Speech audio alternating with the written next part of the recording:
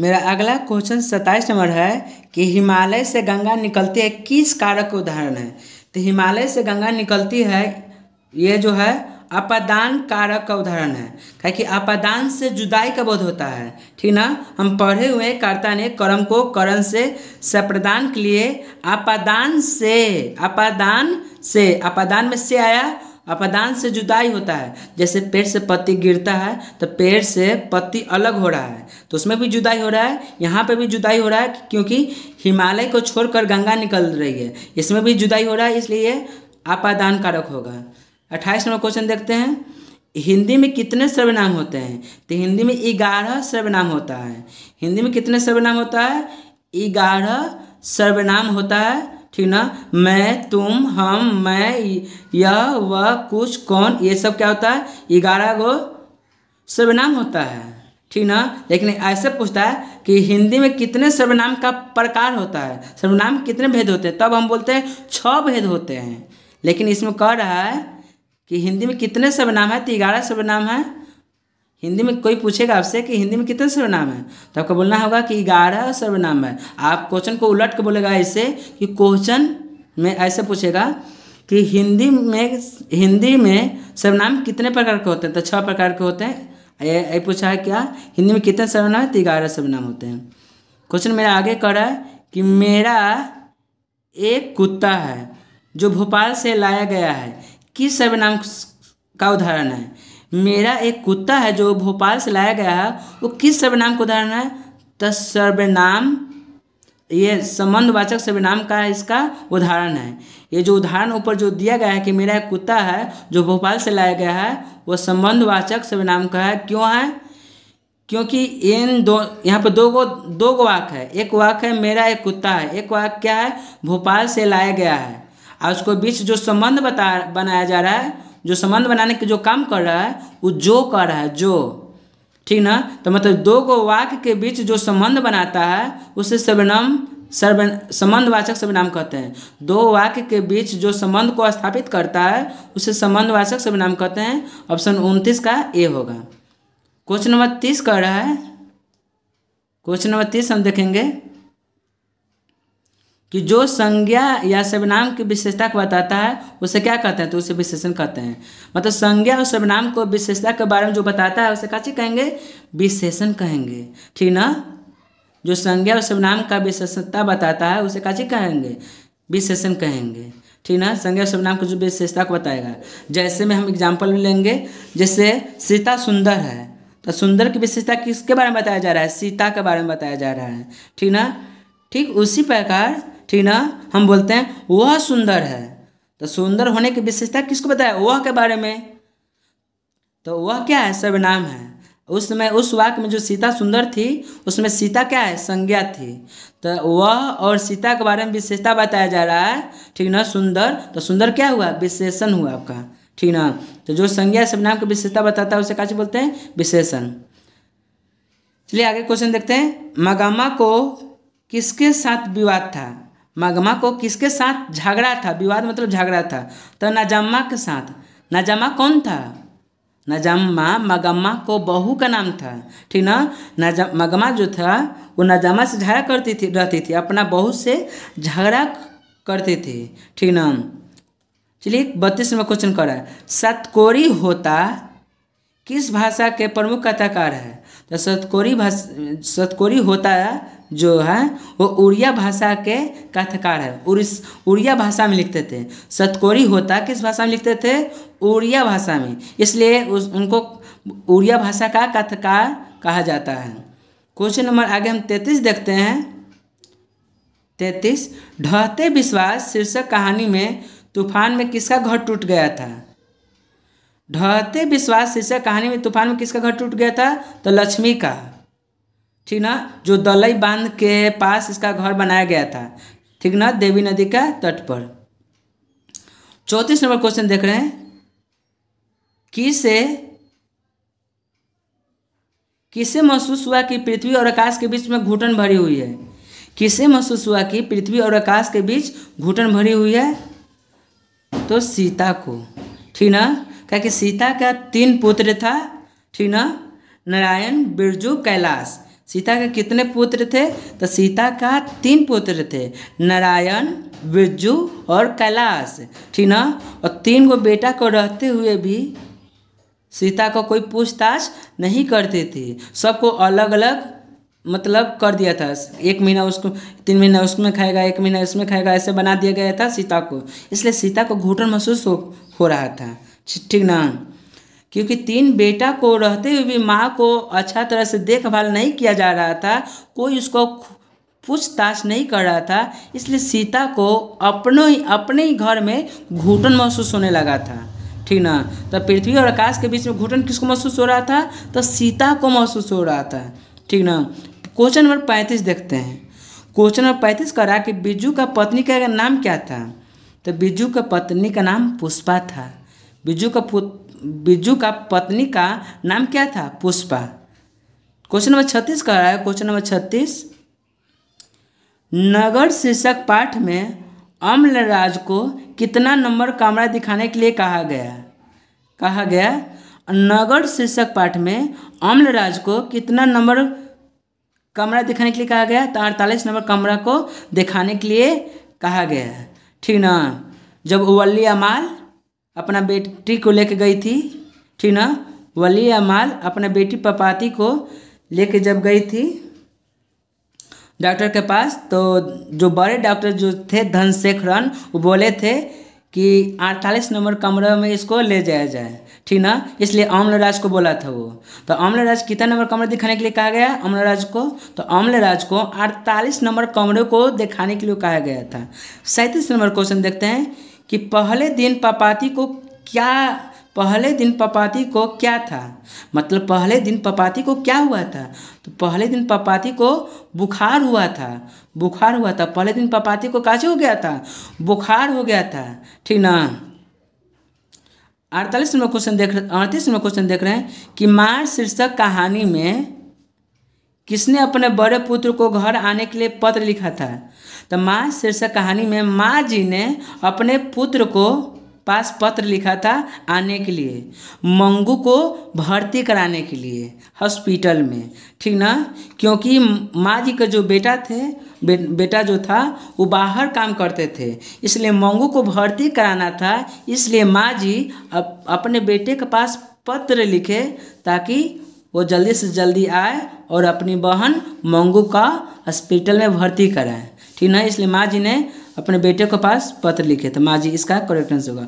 39 number question कर रहा है कि खून की सगाई किसकी प्रसिद्ध कहानी है? खून की सगाई किसकी प्रसिद्ध कहानी है? तो ईश्वर पेटलीकर का यह बुक के नाम है, कहानी के नाम है खून की सगाई, जो एक कहानी के नाम है। यह कहानी खून की सगाई वो ईश्वर पेटलीकर द्वारा लिखा गया। क्वेश्चन नंबर 40 देख रहे हैं। क्वेश्चन नंबर 40 कह रहा है कि कटक शहर को बाढ़ की चपेट से बचाने के लिए किसने पत्थर का बांध बंधवाया था? कटक शहर का नाम है, उसको बाढ़ से बचाने के लिए, ठीक ना, किसने पत्थर का बांध बनवाया था? तो महाराज अयाती केसरी ने बांध बनाया था, ठीक ना, कटक शहर को बाढ़ से बचाने के लिए, ठीक ना, महाराज अयाती केसरी ने, ठीक ना। यह जो लाइन लिया गया है ढहते विश्वास से लिया गया है, जिसमें लक्ष्मी के ससुर जो था इसी बांध को बनाने में काची हो गया था, लक्ष्मी का जो ससुर जी थे इसमें मर गए थे, ठीक ना। इसी बांध बनवाने के जब यही बांध बन रहा था, ठीक ना, तो लक्ष्मी के जो ससुर जी थे वो मर गए थे, ठीक ना। तो बांध को कौन बनाया था बाढ़ से बचाने के लिए कटक शहर को? तो महाराज अयाती केसरी इसका करेक्ट आंसर होगा ऑप्शन सी। 41 नंबर क्वेश्चन कर रहा है, 41 नंबर कि गायक शब्द में प्रत्यय क्या है? तो गायक शब्द में जो प्रत्यय है वो अक प्रत्यय है, अक के, ठीक ना, अक के, क्योंकि प्रत्यय पीछे लगता है, प्रत्यय कहाँ लगता है? पीछे। तो गायक के अक आया ना तो अक प्रत्यय है, ठीक ना। और उपसर्ग कहाँ लगता है? आगा, उपसर्ग आगे लगता है, लेकिन जब प्रत्यय पूछेगा तो प्रत्यय लास्ट में जो आता है, जैसे गायक के, तो अक प्रत्यय आया, तो इसका करेक्ट आंसर क्या होगा? Option C. क्वेश्चन नंबर 42 देख रहे हैं। तालु शब्द का विशेषण क्या है? तालु अभी क्या है? संज्ञा है। यहाँ पर अभी तालु क्या है? संज्ञा है। इसको विशेषण में बदलेंगे तो इसका जो विशेषण बनेगा वो तालव्य बनेगा। का चीज? तालव्य। तालव्य इसका क्या होगा? करेक्ट आंसर होगा। तालु शब्द का विशेषण क्या होता है? तालव्य। 43 नंबर क्वेश्चन देख रहे हैं। संधि में किनका योग होता है? संधि में किनका योग होता है? 43 नंबर क्वेश्चन कह रहा है कि संधि में किनका योग होता है? तो संधि में दो वर्णों का योग होता है। संधि में क्या होता है? दो वर्णों का योग होता है, ठीक ना। संधि एक होता है समास, तो समास में दो पद का योग होता है, लेकिन संधि में कितना पदों का योग होता है? दो वर्णों का। संधि में वर्णों का मेल होता है और समास में पदों का योग होता है। इस बात को आपको याद रखना है। 44 नंबर क्वेश्चन कर रहा है, जिसमें पूर्व पद की प्रधानता हो और समास पद अव्यय हो जाए तो उसे कौन समास कहते हैं? उसे अव्ययीभाव समास कहते हैं। उसे हम अव्ययीभाव समास कहते हैं। अव्ययीभाव समास किसे कहते हैं? जिसका पहला पद प्रधान होता है और दूसरा पद क्या होता है? अव्यय होता है। उसे हम अव्ययीभाव समास कहते हैं, ठीक ना। जैसे प्रतिदिन, प्रति जोड़ दिन, प्रतिदिन जो हुआ, प्रति क्या है? प्रधान है, और दिन क्या है? अव्यय है। प्रतिदिन, दिनों दिन, सब क्या होता है? अव्ययीभाव समास का उदाहरण होता है, ठीक ना। अव्ययीभाव समास में जो होता है उपसर्ग लगकर आता है। पहला पद क्या होता है? उपसर्ग होता है। जैसे प्रति क्या है? उपसर्ग है। प्रतिदिन क्या है? उपसर्ग है। इसका करेक्ट आंसर क्या होगा? अव्ययीभाव समास होगा। मेरे बच्चे क्वेश्चन नंबर 44 की ओर चल रहे हैं। क्वेश्चन नंबर 44 आप क्लियर कर चुके हैं। क्वेश्चन नंबर हम 45 की ओर चल रहे हैं। रोगग्रस्त कौन सा समास है? रोगग्रस्त मतलब रोग से ग्रस्त, तत्पुरुष समास है, ठीक ना। यह तत्पुरुष समास है। क्यों? क्या कि रोगग्रस्त का मीनिंग होता है रोग से ग्रस्त, मतलब इसमें कारक चिन्ह आया है। रोगग्रस्त मतलब रोग से ग्रस्त, जो से है, से शब्द, रोग से ग्रस्त जो से शब्द आया है वो कारक का विभक्ति है, और जिसमें कारक का विभक्ति आता है वह तत्पुरुष समास कहलाता है। कौन समास कहलाता है? तत्पुरुष शब्द। जिस समास में कारक का चिन्ह आ जाता है उसे हम तत्पुरुष समास कहते हैं। इसलिए रोगग्रस्त कौन समास है? तत्पुरुष समास है। क्वेश्चन नंबर 46 देखते हैं। क्वेश्चन नंबर 46, वह बाजार की ओर आया होगा किस पदबंध का उदाहरण है? वह बाजार की ओर आया होगा किस पदबंध का उदाहरण है? तो यह क्रिया पदबंध का उदाहरण है। क्यों है? क्योंकि लास्ट में जैसे वह बाजार की ओर आया होगा, तो जो आया, जो लास्ट में जो आता है ना यहाँ पे, ठीक ना, लास्ट में, उसी को बोलते हैं क्रिया। जो यहाँ पर जो क्रिया शब्द आया हुआ है इसलिए क्या चीज़ है? यह क्रिया पदबंध है। अगर यहाँ पर संज्ञा शब्द आता है जैसे राम या कोई नाम आता है यहाँ पे, तो यह संज्ञा पदबंध होता है। बट यहाँ पे क्रिया आया है, ठीक ना, यहाँ पे, इसलिए क्रिया पदबंध बना है। इस बात को याद रखिए। फिलहाल यहाँ पर क्या है? क्रिया आया है, इसलिए क्रिया पदबंध कहलाएगा। ऑप्शन डी इसका करेक्ट आंसर होगा मेरे मुन्ना। 47 नंबर क्वेश्चन देखते हैं। जिस वाक्य में एक साधारण वाक्य के अतिरिक्त उसके अधीन कोई दूसरा अंग वाक्य हो उसे क्या कहते हैं? जिस वाक्य में एक साधारण वाक्य के अतिरिक्त उसके अधीन कोई दूसरा अंग वाक्य हो उसे हम मिश्र वाक्य कहेंगे। काची? मिश्र वाक्य। क्यों? क्योंकि साधारण वाक्य के अलावा कोई और भी इसके साथ वाक्य आया है, इसलिए इसे क्या कहेंगे? मिश्र वाक्य कहेंगे। मिश्र वाक्य मतलब क्या है? एक साधारण वाक्य के साथ अगर कोई भी और भी वाक्य आ जाएगा तो उसे हम मिश्र वाक्य कहेंगे, ठीक ना। क्वेश्चन में आपको वही बताया गया है कि साधारण वाक्य के बारे में बताया गया है। इस बात को आपको याद रखना है। क्वेश्चन नंबर 48 कह रहा है कि कछुए ने खरगोश को हरा दिया किस वाक्य का उदाहरण है? कछुए ने खरगोश को हरा दिया, तो यह एक सिंपल वाक्य है, एक साधारण वाक्य है, ठीक ना, जिसको क्या बोल लेंगे? सरल वाक्य। कछुए ने खरगोश को हरा दिया, यह जो वाक्य एक सिंपल है, साधारण है, इसका आंसर होगा सरल वाक्य। 49 नंबर क्वेश्चन कर रहा है कि शुद्ध वाक्य कौन है? तो शुद्ध वाक्य आपका आंसर होगा रूपवती सुमन बहुत सुंदर है। यह शुद्ध वाक्य है, 50 नंबर क्वेश्चन कर रहा है कि गणेश शब्द का पारिभाषिक शब्द क्या है। तो गणेश शब्द का पारिभाषिक शब्द एक दंत है। क्या है? गणेश शब्द का जो पारिभाषिक शब्द है एक दंत, क्या कि गणेश का एक दंत है, ठीक ना। गणेश का मतलब क्या? गणेश भगवान को ही बोला जाता है एक दंत। गणेश भगवान का पारिभाषिक शब्द क्या है? एक दंत। 51 नंबर क्वेश्चन कर रहा है कि लेखक हजारी प्रसाद द्विवेदी ने दयनीय जीव किसे कहा है। तो अल्पज्ञ पिता को, अल्पज्ञ पिता को दयनीय जीव कहा है। कौन कहा है? हजारी प्रसाद द्विवेदी ने अपने पिता को अल्पज्ञ जीव कहा है। इस बात को आपको याद रखना है, ठीक है। क्वेश्चन नंबर हम 52 देखते हैं। 52 किस शासक ने ऐसा सिक्का चलाया जिस पर नागरी लिपि में राम सिया शब्द लिखा हुआ था। मतलब ऐसा सिक्का है जिस पे राम और सिया लिखा हुआ था और राम सीता जी का उस पर फोटो भी था, इमेज भी बनाया था उस सिक्का पर। तो बादशाह अकबर ने ऐसा किया था, उस पर राम सिया लिखाया गया था। क्वेश्चन नंबर 53 कर रहा है। क्वेश्चन नंबर 53 कि चंद्रगुप्त विक्रमादित्य का व्यक्तिगत नाम क्या था। तो चंद्रगुप्त द्वितीय विक्रमादित्य का जो व्यक्तिगत नाम था, जो बचपन का नाम था, जो सब उसको पुकारते थे तो देव के नाम से पुकारते थे, ठीक ना। जैसे आपका भी व्यक्तिगत नाम होगा जो घर में पुकारा जाता होगा, ठीक ना। जैसे नहीं होता है कि जैसे राम बाहर में अच्छा नाम होता है, घर में खराब नाम होता है, ठीक ना। उसी प्रकार यहाँ पर भी है कि चंद्रगुप्त विक्रमादित्य का जो व्यक्तिगत नाम था वो देव था। 54 नंबर क्वेश्चन कर रहा है कि कर्नाटक प्रदेश का श्रवणबेलगोला स्थान किसके प्रसिद्ध तीर्थ स्थल है।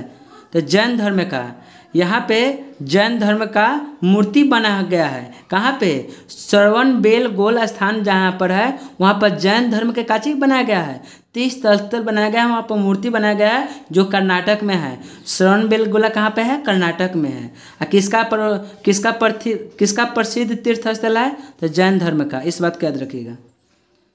बहादुर शीर्षक पाठ में किसकी कहानी है। तो बहादुर शीर्षक पाठ में किसकी कहानी है? तो नेपाली गवई गोरखे की। बहादुर शीर्षक पाठ में किसकी कहानी है? नेपाली गवई गोरखे की, जिसका पूरा नाम था दिल बहादुर, ठीक ना, जिसको किशोर बहुत मारता था, ठीक ना। बहादुर कौन था? नेपाली गवई गोरखे के नाम था काची बहादुर था, जिसका पूरा नाम दिल बहादुर था। बहादुर शीर्षक पाठ में किसकी कहानी है? तो नेपाली गवई गोरखे की। इसका करेक्ट आंसर क्या होगा? ए होगा, नेपाली गवई गोरखे की। 56 नंबर क्वेश्चन कर रहे हैं मेरे भाई कि बहादुर से मार खाकर भैंस भागी भागी किसके पास चली गई, मतलब चली आई। बहादुर से मार खाकर भैंस भागी भागी किसके पास चली आई? तो माँ के पास, बहादुर के माँ के पास। जैसे ही बहादुर अपनी भैंस को, अच्छा बहादुर जो था भैंस को क्यों मारा? बहादुर ने भैंस को इसलिए मारा क्योंकि माँ जो थी, उसकी माँ, बहादुर की माँ, वो अपन बहादुर से कम प्यार करती थी और अपना भैंस से काची करती थी, ज़्यादा प्यार करती थी। इसलिए उनको जंगल में ले जाकर बहादुर ने भैंस को बड्डा मारा, बहुत मारा, जिसके कारण भैंस जो था मार खाकर तेजी से भागा और उसके माँ के पास गया। किसके माँ के पास? बहादुर के माँ के पास पहुँच गया। इसका करेक्ट आंसर बहादुर का माँ होगा। 57 नंबर क्वेश्चन कर रहा है। 57 नंबर क्वेश्चन मेरे बच्चे, बड़े भाई किस लेखक की रचना है? बड़े भाई किस लेखक की रचना है, ठीक ना। तो बड़े भाई जो लेखक की रचना है, ठीक ना, वो है आपका यतीन्द्र मिश्रा जी का, ठीक है। आगे क्वेश्चन देखते हैं 58 नंबर क्वेश्चन, ठीक है। ऐसे बड़े भाई जो लेखक है वो मुंशी प्रेमचंद, इसका करेक्ट आंसर होगा, ठीक ना। मुंशी प्रेमचंद द्वारा लिखा गया था बड़े भाई को, ठीक ना, याद रखिएगा। इसमें से चारों ऑप्शन गलती है, इसका करेक्ट आंसर होगा मुंशी प्रेमचंद, ठीक ना। 57 नंबर क्वेश्चन। चलिए हम देख रहे हैं 58 नंबर क्वेश्चन की ओर, ठीक ना। तो 58 नंबर जो आपको क्वेश्चन है मेरे बच्चे, ठीक ना, वो है दक्षिण भारत के मंगल नागवस्त्रम की तरह शहनाई किसके मंगल ध्वनि की संपूरक है, ठीक ना। तो पर्व गीत की, कैसी होगा? पर्व गीत की, ठीक ना। दक्षिण भारत के जो मंगल नागवस्त्रम की तरह शहनाई जो है वो किसकी मंगल ध्वनि की संपूरक है? तो पर्व गीत के संपूरक है। 59 नंबर क्वेश्चन कर रहा है कि मरते दम तक शहनाई छूटेगी न काशी। मरते दम तक न शहनाई छूटेगी और न काशी छूटेगी। यह कौन बोला था, यह किसका कथन है? तो यह है बिस्मिल्लाह खां का। बिस्मिल्लाह खां जो शहनाई वादक थे, ठीक ना, जिसके शहनाइयों में सरस्वती का खुद वास करते थे, ठीक ना, बिस्मिल्लाह खां। नसीहत शब्द का अर्थ क्या होता है? नसीहत का अर्थ क्या होता है? नहीं, ठीक ना, नसीहत का मतलब होता है शिष्ट तरीका। एक तरीका नहीं, कोई कहता है कि मैं आपको एक नसीहत दे रहा हूँ, ठीक ना, तो नसीहत मतलब होता है एक तरीका, एक अच्छा तरीका, शिष्ट तरीका। इसका आंसर क्या होगा? शिष्ट तरीका। नसीहत का अर्थ क्या होता है? एक तरीका, ठीक ना। 61 नंबर क्वेश्चन कर रहा है कि गांधी जी को महात्मा की उपाधि किसने दिया था? तो महात्मा गांधी को सर्वप्रथम जो महात्मा कहे थे वो रविंद्रनाथ टैगोर जी थे। कौन थे? रविंद्रनाथ टैगोर। गांधी जी को महात्मा की उपाधि किसने दिया था? तो रविंद्रनाथ टैगोर ने। इस बात को याद रखिएगा। सबसे पहले क्वेश्चन पलट भी सकता है, क्वेश्चन पूछ सकता है कि गांधी जी को महात्मा सबसे पहले कौन कहा था? तो पेपर भी इसका करेक्ट आंसर क्या होगा? रविंद्रनाथ टैगोर। या कभी कभी होता है रविंद्रनाथ ठाकुर को कहता है, तो अभी रहेगा तो उसमें टिक आउट मार दीजिएगा। 62 नंबर क्वेश्चन कर रहा है कि मैं चाहता हूँ कि, ठीक ना, 62 नंबर आपको क्वेश्चन कर रहा है। 62 नंबर मेरे बच्चे, 62 नंबर कि मैं चाहता हूँ कि सब देशों की संस्कृति का हवा मेरे घर के चारों ओर अधिक से अधिक स्वतंत्रता के साथ बहती रहे। मैं चाहता हूँ कि सब देशों के संस्कृति के जो हवा है, ठीक ना, जो खान पान, जो गान, जो संस्कृति होती है वहाँ का, ठीक ना, मैं चाहता हूँ कि सब देशों की जो संस्कृति है वो मेरे घर के चारों ओर अधिक से अधिक स्वतंत्रता के साथ बहती रहे। यह कौन कहा था? यह किसने कहा था? तो इसका करेक्ट आंसर होगा जवाहरलाल नेहरू ने ऐसा बोले थे, ठीक ना। आगे क्वेश्चन देख रहे हैं 63 नंबर क्वेश्चन को। 63 नंबर क्वेश्चन कर रहा है कि श्रम विभाजन और जाति प्रथा शीर्षक पाठ के लेखक का नाम क्या है? श्रम विभाजन और जाति प्रथा शीर्षक पाठ के लेखक का क्या नाम है? तो भीमराव अंबेडकर। भीमराव अंबेडकर जी लिखे थे। भीमराव अंबेडकर जी लिखे थे। श्रम विभाजन और जाति प्रथा के लेखक कौन है? भीमराव अंबेडकर जी। 64 नंबर क्वेश्चन कर रहे हैं मेरे बच्चे, ध्यान से देखिएगा, ठीक ना, वीडियो को अंत तक देखिएगा ताकि आपको हर एक बात आपको समझ में आए मेरे बच्चे। क्वेश्चन 64 कर रहा है मेरे बच्चे कि विष के दांत शीर्षक पाठ किस कहानी संग्रह से लिया गया है? ठीक ना, विष के दांत जो है शीर्षक पाठ कहानी किस संग्रह से लिया गया है? तो इसका करेक्ट आंसर होगा कुहासा। कैसे से? कुहासा से लिया गया है। आगे देखते हैं 65वां क्वेश्चन। बहादुर शीर्षक पाठ के लेखक के बड़े लड़के के क्या नाम था? बहादुर शीर्षक पाठ के लेखक के बड़े लड़के का क्या नाम था? तो बहादुर जो था, बहादुर शीर्षक जो कहानी है, बहादुर शीर्षक जो कहानी है उसका बड़े लड़का का नाम था किशोर, जो बहादुर को बड्डा मारता था। ठीक ना, इसका करेक्ट आंसर क्या होगा? किशोर। क्वेश्चन नंबर 66 कर रहा है हिंदी आलोचना के महत्वपूर्ण है। क्वेश्चन नंबर 66 कर रहा है आपका, क्वेश्चन नंबर आपका 66 जो कर रहा है, ठीक है, ये आप समझ गए कि बहादुर शीर्षक पाठ के लेखक के बड़े लड़के का क्या नाम था? किशोर। ये तो आप समझ गए हैं। क्वेश्चन नंबर 66 आपको कर रहा है कि कौन हिंदी आलोचना के महत्वपूर्ण हस्ताक्षर थे? ठीक ना, कौन हिंदी आलोचना के महत्वपूर्ण हस्ताक्षर थे? तो है रामविलास शर्मा। क्या है? रामविलास शर्मा। इस बात को आपको याद रखना है मेरे बच्चे। क्वेश्चन नंबर 67 का रहा है मेरे बच्चे कि मेघदूत बुक का नाम है, मेघदूत का जर्मन अनुवाद कौन किया था? मेघदूत का जो जर्मनी में अनुवाद किया था कौन किया था?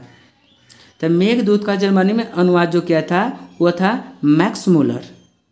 मैक्स मुलर जो था मेघदूत को जर्मनी में पादानुवाद किया था। इस बात को याद रखिएगा। क्वेश्चन नंबर 68 का 68 का मेरे बच्चे, 68 68, ठीक ना, हजारी प्रसाद द्विवेदी का जन्म किस वर्ष हुआ था? हजारी प्रसाद द्विवेदी जी का जो जन्म हुआ था वो किस प्रदेश में हुआ था? किस वर्ष हुआ था? तो 1907 ईस्वी में हुआ था। हजारी प्रसाद द्विवेदी का जन्म कब हुआ था? सन 1907 ईस्वी में हुआ था। 69 नंबर क्वेश्चन कर रहे हैं मेरे बच्चे, ठीक ना। एक और बात, 1907 से हमको याद आया कि Jamshedji Tata and iron steel company का स्थापना भी 1907 में हुआ था। मतलब टिस्को कंपनी का जो स्थापना हुआ था 1907 ईस्वी में हुआ था। क्वेश्चन 69 करें मेरे बच्चे कि नाखून का बढ़ना मनुष्य की किस वृत्ति का परिणाम है? नाखून का बढ़ना मनुष्य की किस वृत्ति का उदाहरण है? इसका करेक्ट आंसर होगा मेरे बच्चे पार्श्विक वृत्ति का। जैसे नाखून बढ़ता है तो ठीक ना, तो लोग कहते हैं कि जानवर है तू, मतलब नाखून के बढ़ना पशु को समान माना गया है, जानवर का समान माना गया है, ठीक ना। जैसे आप नाखून बढ़ाइएगा तो आपको पिताजी या कोई आदरणीय जो बड़े होंगे वो आपसे पूछेंगे, देखेंगे कि अरे तू जानवर है कि नाखून बढ़ा कर रखा है, ठीक ना। मतलब नाखून का जो बढ़ना है वो किस प्रवृत्ति का उदाहरण है? तो पार्श्विक वृत्ति का, मतलब पशु का समान इसका माना गया है। इस बात को आपको याद रखना है। धारा नगरी का कौन शासक अपने विद्यानुराग के लिए इतिहास में प्रसिद्ध है? धारा नगरी का कौन शासक, धारा नगरी का जो कौन शासक थे जो अपने विद्यानुराग के लिए इतिहास में प्रसिद्ध है? तो राष्ट्रकूट शासक अमोघ वर्ष। इसका करेक्ट आंसर होगा ऑप्शन बी।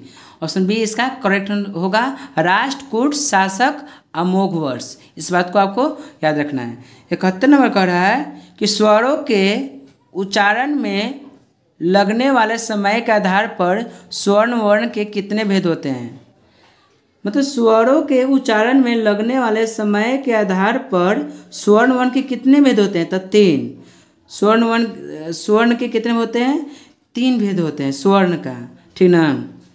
च का उच्चारण उदाहरण क्या है? तालु। जब च बोलिएगा तो तालु में आपको ठेकेगा, जीभ का ऊपर वाला पोर्शन जो सबसे जीभ से जो सटता है, ठीक ना, उसको बोलते हैं तालु। च का उच्चारण स्थान क्या है? तालु है, तालु। निम्नलिखित में कौन अंतस्थ व्यंजन है? तो अंतस्थ व्यंजन आपको ल है। य र ल को अंतस्थ व्यंजन कहा जाता है।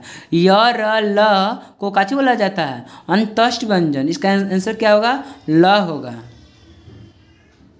एकमात्रिक स्वर कौन है? एकमात्रिक स्वर ह्रस्व स्वर है। कौन है? ह्रस्व स्वर। एकमात्रिक स्वर कौन है? ह्रस्व स्वर है। मुक्ताक्षर के अंतिम ध्वनि क्या होती है? तो मुक्ताक्षर के अंतिम जो ध्वनि होती है वह स्वर होती है। इसका करेक्ट आंसर क्या होगा? B, option B. मुक्ताक्षर मतलब क्या होता है? जो हम मुंह से जो अक्षर बोलते हैं, ठीक ना, जो जैसे क बोले तो क में अ आया ना तो स्वर कहलाया, ठीक ना। मुक्ताक्षर का जो अंतिम स्वर जो ध्वनि होता है वह स्वर होता है। जैसे कुछ भी बोलिएगा ख चाहे ग, तब जो क बना है क जोड़ अ, जो लास्ट में जो अ आ रहा है वो स्वर है। स्वर किसको बोलते हैं? आम पैया का जो अक्षर होता है, ठीक ना, क्या है? स्वर है, ठीक ना। आम पैया में जो होता है स्वर, आम पैया सही जगह जो भी होता है उसको स्वर बोलते हैं। इसका करेक्ट आंसर स्वर होगा। यद्यपि शब्द का संधि विच्छेद क्या होगा? तो यदि जोड़ अपि, यदि जोड़ अपि इसका होगा करेक्ट आंसर, ठीक ना। चलते हैं 77 नंबर। शुद्ध वाक्य निम्नलिखित में शुद्ध शब्द कौन है? तो दधीचि। दधीचि आपको क्या है? शुद्ध शब्द है। निम्नलिखित चिन्ह में इकहारा उदाहरण चिन्ह कौन है? तो सी इसका करेक्ट आंसर होगा, जिसको हम फुल स्टॉप बोलते हैं, ठीक ना। त्र क्या है? त्र एक संयुक्त व्यंजन है। त्र क्या है? त्र क्या है? एक संयुक्त व्यंजन है, ठीक ना। अक्ष त्र ज्ञ, ये तीनों क्या है? संयुक्त व्यंजन के अंतर्गत आता है। 80 नंबर क्वेश्चन, 80 नंबर क्वेश्चन के देखिए, आप समझ गए त्र क्या है? तो संयुक्त व्यंजन है। 80 नंबर आपको जो क्वेश्चन कर रहा है, 80 नंबर मेरे बच्चे ध्यान से देखिएगा। 80 नंबर क्वेश्चन, उस विकारी शब्द को क्या कहते हैं जिससे किसी विशेष वस्तु, भाव और जीव के नाम का बोध होता है? ठीक ना। आप ही बताइए, किसी भी वस्तु, भाव और जीव के नाम का जब बोध होगा तो उसे हम संज्ञा कहते हैं। हम संज्ञा की डिफिनेशन पढ़ सकते हैं कि किसी व्यक्ति, वस्तु, भाव, जीव का जब नाम आएगा उसे कैसे कहेंगे हम?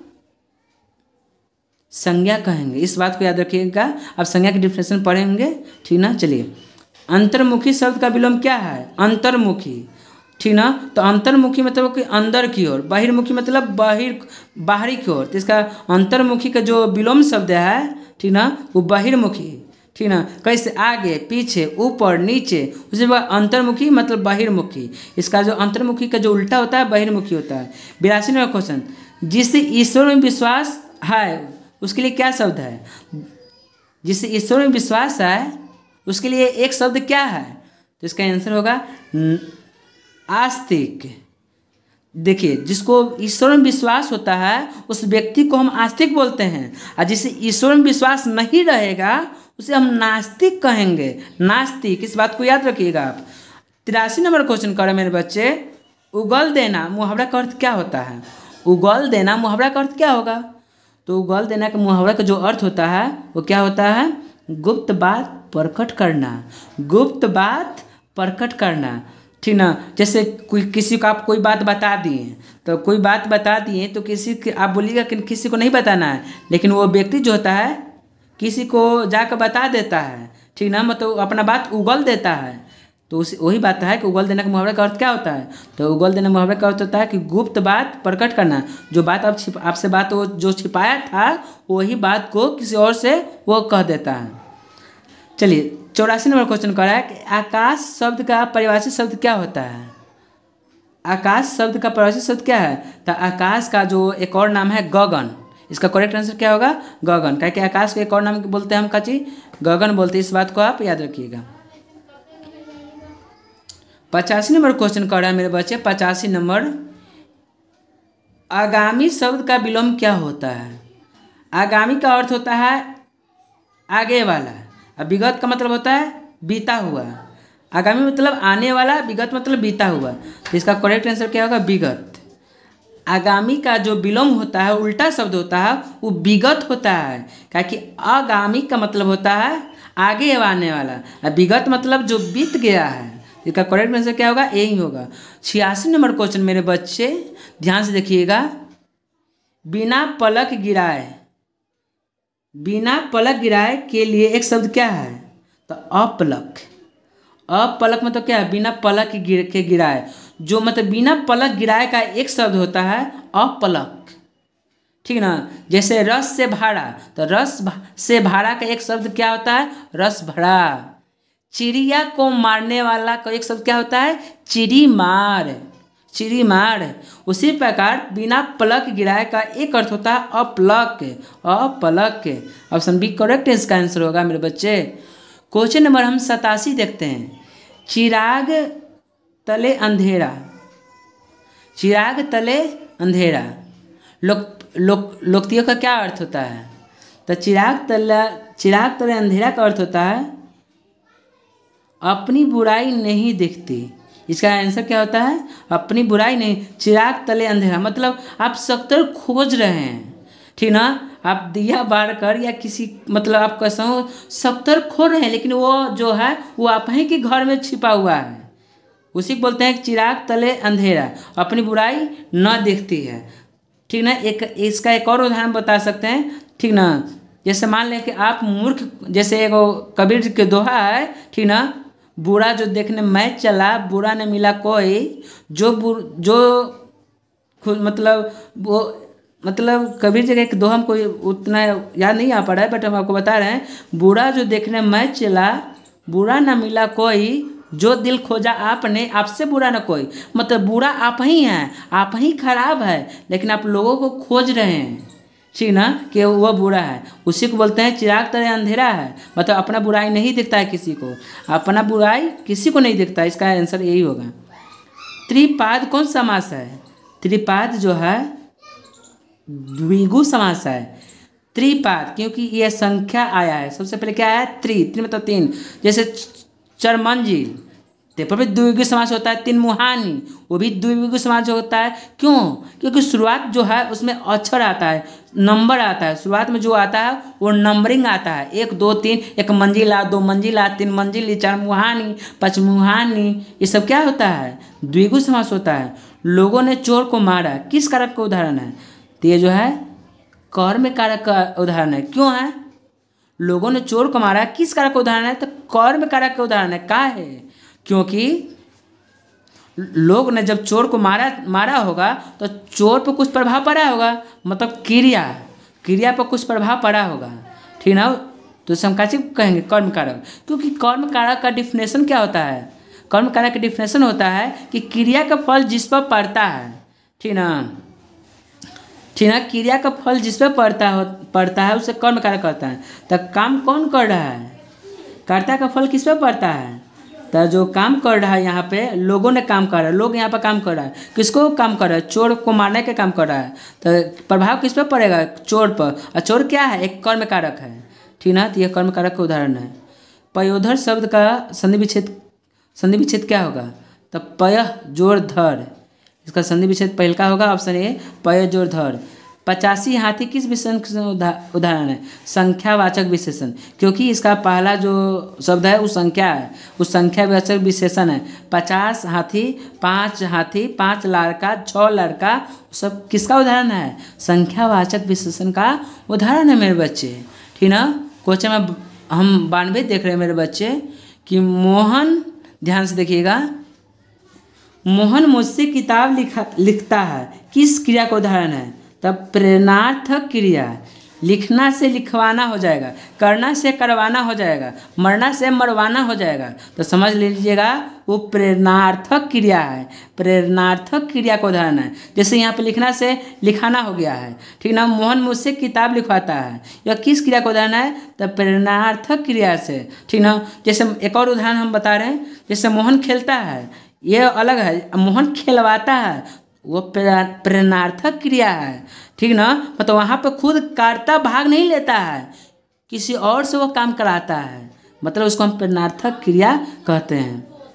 93 नंबर क्वेश्चन देखते हैं। 93 नंबर क्वेश्चन मेरे बच्चे, 93 नंबर क्वेश्चन पर फोकस दीजिएगा। सत्यवान 1 वर्ष से अधिक जीवित नहीं रहेगा, ये किस काल का उदाहरण है? तो भविष्यत काल का उदाहरण है। क्यों? क्योंकि लास्ट में गा गे गी आया। देखिए जब लास्ट में खाएगा, पिएगा, सोएगा, मतलब मैं कल आऊँगा, ये भविष्यत काल किससे बोलते हैं? आने वाले समय को हम भविष्यत काल कहेंगे, इस बात को याद रखना है। तो भविष्यत काल का उदाहरण है। 94 नंबर क्वेश्चन है मेरे बच्चे, ध्यान से देखिएगा। 94 नंबर क्वेश्चन लिखल है कि ऐसे शब्द जो यौगिक तो होते हैं पर अर्थ के विचार से अपने समान अर्थ को छोड़कर किसी परंपरा से विशेष अर्थ को परिचायक होता है, क्या कहलाता है? तो उसको बोलते हैं योग रूढ़ शब्द। क्या चीज? योग रूढ़ शब्द, ठीक ना? योग रूढ़ क्या होता है? जैसे फिर से इस क्वेश्चन समझिए। ऐसे शब्द जो यौगिक तो होते हैं परंतु अर्थ के विचार से अपने समान अर्थ को छोड़कर किसी परंपरा से विशेष अर्थ को परिचायक बताता है, मतलब समान अर्थ को छोड़कर विशेष रूप धारण करता है। जैसे पीताम्बर, पीला है जो अम्बर, पीताम्बर मतलब क्या होता है? विष्णु भगवान, या पीला है जो अंबर, आकाश भी बोल सकते हैं, ठीक ना? जैसे चतुरानन, 4 है आनंद जिसका, ब्राह्मण, योग रूढ़ शब्द कहलाता है। क्या है? बोल रहे हैं कुछ और। जैसे नीलकंठ एक क्या है? शब्द है, सामान्य अर्थ है। इसको विशेष अर्थ करेंगे तो नीलकंठ शंकर भगवान का नाम है, तो योग रूढ़ शब्द है। क्या चीज है? योग रूढ़, ठीक ना? इस बात को याद रखिएगा। एक और बात हमको इससे याद आ गया कि जैसे मान लेते हैं समान अर्थ को छोड़कर विशेष अर्थ जब धारण करता है तो मुहावरा भी कहलाता है, लेकिन ये अलग पार्ट है क्योंकि ये विचार से बोला है, ठीक ना? आप इसमें मुहावरा नहीं कह दीजिए कि सर मुहावरा है, कि साधारण अर्थ न लेकर विशेष अर्थ को जो बोध कराता है, इसमें भी वही बात होता है। इसमें भी क्या होता है कि साधारण अर्थ न लेकर इसमें भी विशेष, जैसे नहीं बताए हैं, जैसे एक दंत, तो एक दंत किसको, एक दंत तो क्या है? सिंपल वाक्य है, लेकिन किसको इशारा कर रहा है? तो जो इशारा कर रहा है वो लंबोदर को सूचित कर रहा है, मतलब हम बोलते हैं गणेश भगवान को। चलिए अनजान शब्द में उपसर्ग क्या है? अजान शब्द में उपसर्ग क्या है? अजान शब्द में उपसर्ग क्या है? तो उपसर्ग क्या है? अ है। क्योंकि जो शुरू में लगता है वो उपसर्ग कहलाता है, जो लास्ट में लगेगा उसको प्रत्यय बोलते हैं। प्रत्यय जो पीछे लगता है प्रत्यय, जो आगे लगता है उपसर्ग। तो आगे क्या लगा है? तो इसका करेक्ट आंसर होगा। बाबा साहेब भीमराव अंबेडकर का जन्म किस परिवार में हुआ था? तो दलित परिवार में, बहुत गरीब परिवार में जन्म लिए थे। चमार जाति में जन्म लिए थे मेरे बच्चे, ठीक ना। जाति से चमार थे, दलित थे, ठीक ना।